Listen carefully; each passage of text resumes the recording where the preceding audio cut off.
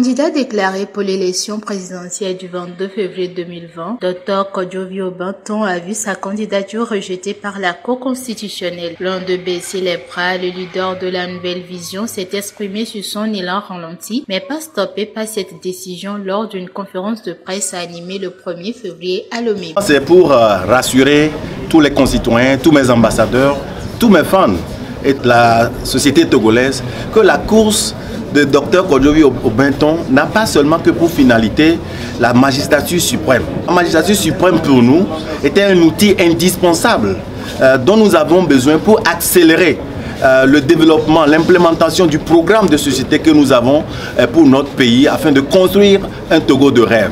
Donc on nous a recalé, bien sûr, notre élan est ralenti mais n'est pas stoppé. Donc c'est pour cela que nous avons jugé bon de partager avec les 7 autres candidats, les partenaires au développement et toute la presse togolaise les idées que nous avions eues, les idées que nous avons développées dans notre projet de société afin que chacun d'eux puisse tirer quand même quelque chose de plus pour alimenter ce qu'ils ont pour notre peuple. Parce que le peuple nous unit, la jeunesse nous unit, donc il faudrait quand même que chacun de nous puisse se rendre disponible, avec ou sans le pouvoir, à participer à l'émergence de notre jeunesse. Le rêve de ce jeune leader qui s'est investi depuis 2004 aux côtés des jeunes Togolais est-il ainsi brisé? Kodjovi Obenton répond non. Je ne dirais pas que le rêve est brisé. Le rêve n'est pas encore réalisé, oui. Mais le rêve est brisé, non. Parce que nous sommes engagés dans une dynamique avec déjà à l'idée que les choses ne sont pas faites de la manière dont elles doivent être faites. Donc si nous sommes recalés d'une manière injuste, ça ne nous étonne presque pas.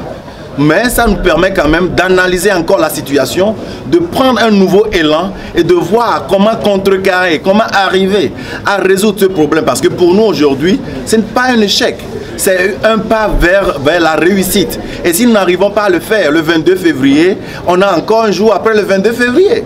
Le 23 février est là. Donc je pense quand même que la leçon, c'est de pouvoir savoir qu'on a beaucoup à apprendre de ce que nous avons traversé, de la réaction de la jeunesse, de la réaction de la femme togolaise, de la réaction même des leaders de l'opposition, des leaders du parti au pouvoir, afin que prochainement, nous puissions prendre les dispositions qu'il faut afin d'atteindre notre objectif. Malgré l'invalidation de sa candidature, le jeune leader a tenu à présenter son projet de société qui est l'objet principal de cette conférence de presse. Quand nous parlons des grands axes du programme, j'ai présenté à la presse et à la salle aujourd'hui les 5 fondamentaux de nos programmes. Nous avons parlé d'une harmonisation du système socio-économique du pays parce que nous avons un pays qui encourage plutôt l'exode rural où les talents quittent des préfectures, quittent des villages pour devenir des sans-emploi ici à Lomé.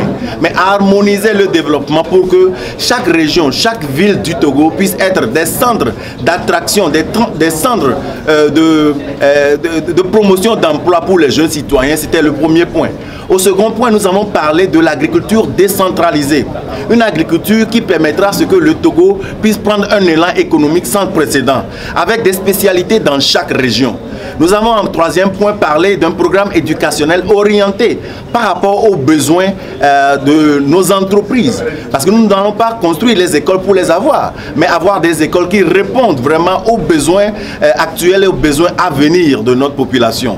Nous avons également parlé d'un secteur touristique à innover parce que nous pensons quand même que le tourisme est un facteur d'accélérateur de développement. Donc comment faire pour profiter déjà de l'état du Togo depuis les temps immémoriaux reconnu comme un pays de paix, un pays qui attire les citoyens de la sous-région. Comment catalyser sur cela pour activer, pour concentrer notre développement. Et en dernière position, le 5e point, nous avons parlé d'un État entrepreneur. Parce que nous voulons dépasser le concept des dépenses de l'État pour aller dans un concept d'investissement de l'État. Il faut que l'État puisse savoir que investir pour pouvoir gagner, pour pouvoir produire pour la caisse de l'État serait mieux que dépenser parce que c'est ce concept de dépense de l'État qui met le poids au fait sur les fiscalités, ce qui fait que nos entrepreneurs n'arrivent plus à alimenter leurs entreprises. Les taxes douanières sont exagérées. La diaspora n'arrive pas à revenir. Donc avoir un État entrepreneur nous permettra d'alléger ce poids fiscal et de permettre au peuple de respirer. Quand le moment propice arrivera, la nouvelle vision à travers son leader donnera des consignes de vote. Les consignes de vote, oui, nous avions dit aujourd'hui que voter c'est un devoir. Nous allons bel et bien donner des consignes de vote. Mais étant donné quand même que tout au début, nous n'avons pas prévu être recalés. Donc, toutes nos énergies étaient concentrées sur la promotion de notre programme, de ce que nous voulons faire pour le Togo. Et nous n'avons pas tellement eu le temps d'analyser les programmes des autres parce que dans notre programme de campagne, ce n'est pas un programme basé sur comment faire dénigrer l'autre, comment le ramener en bas. C'est plutôt faire de tous les candidats des partenaires de développement. Et maintenant que nous sommes face à une situation donnée, nous avons besoin d'un temps d'analyse, d'étude des programmes de chaque citoyen, de chaque candidat plutôt, afin de voir quelles consignes de vote donner à tous nos ambassadeurs.